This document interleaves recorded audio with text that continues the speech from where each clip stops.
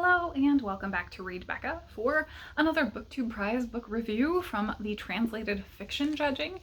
This is one of my semifinals books. I read Where You Come From by Saša Stanišić and translated by Damon Searles.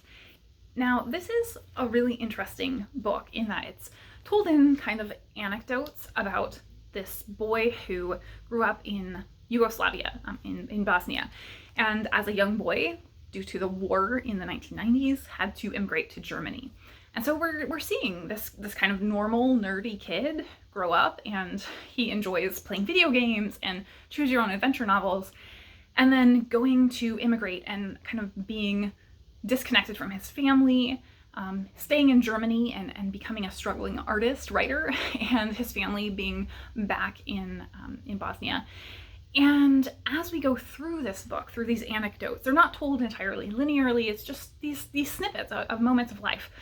He connects with his grandmother. He has this very intense relationship with his grandmother, I think. Like, they're very close, but she's losing her memory.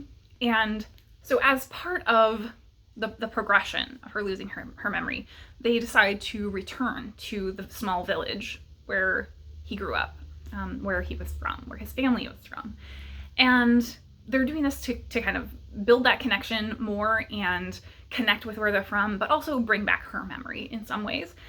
So she's remembering things and also forgetting the present. So she's feeling in that past time as if she's gone back in time and is thinking it's happening, that her life there is what's current.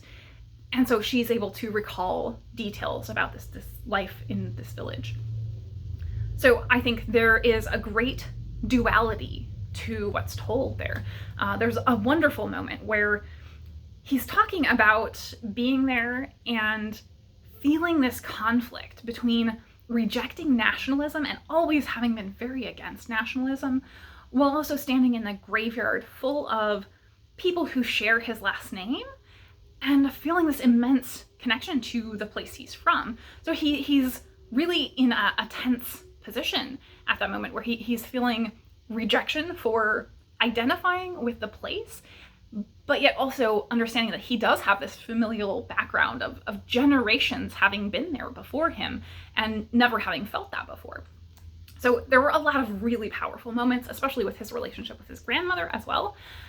So in terms of the actual prize, though, I think most of my thoughts are surrounding that, is that this is actually a memoir. So it's anecdotes, as I said, just like a standard memoir, and he has not auto-fictioned it in changing the names or the places or the dates. It's entirely, our protagonist is Saša Stanišić, and it's his real family, it's real accounts of things, as far as I could verify certain things.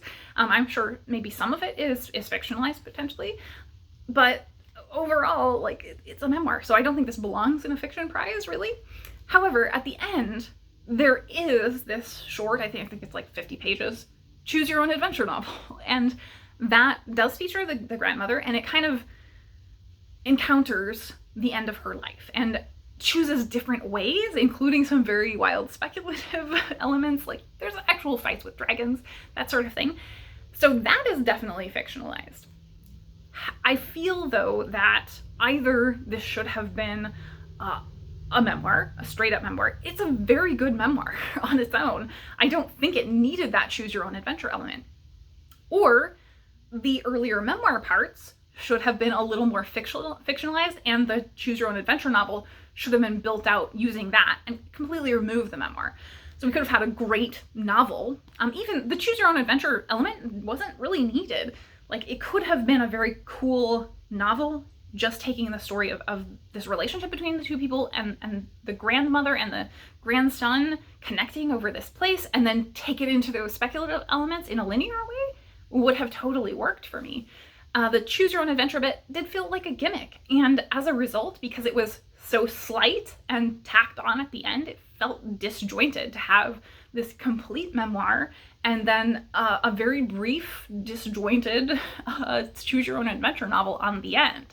So I didn't really like that, but I did enjoy this overall. I think this was, as I said, a fantastic memoir, and the choose your own adventure bit was pretty inventive, but it felt incomplete. So I have really mixed feelings about this one because I want to say I liked it, but for the purposes of the prize, I don't think it was a good fit. So I guess all that to say, I would actually recommend this. I think you should read this. I really thought it was great. I think the most important thing that I took away from this is my own self-reflection that I know so little about this topic. So I didn't know anything about the war in Yugoslavia. And probably the most self-condemning bit is that I live in the city that has the largest Bosnian population in the US as a result of immigration from that war. So we have this huge Bosnian population, and I know very little about why they came here and their culture, even though, you know, there is this huge population here that I could connect with. In fact, I found my cat just a couple blocks away from what is kind of the Bosnian city center. And so that seems very weird to me that I live in a very culturally diverse area. We are definitely big time a melting pot, and we have welcomed immigration to boost our economy, to help these people. We're doing that with Ukraine right now, and yet I don't really have major connections. So that was very like self-condemning to me, that I certainly could reach out and have connections with more of this culture. So I think great overall, really had an impact on me, but for the purposes of the prize, it was not the best thing suited to a translated fiction work. So definitely recommend you pick this up. Thanks so much for watching.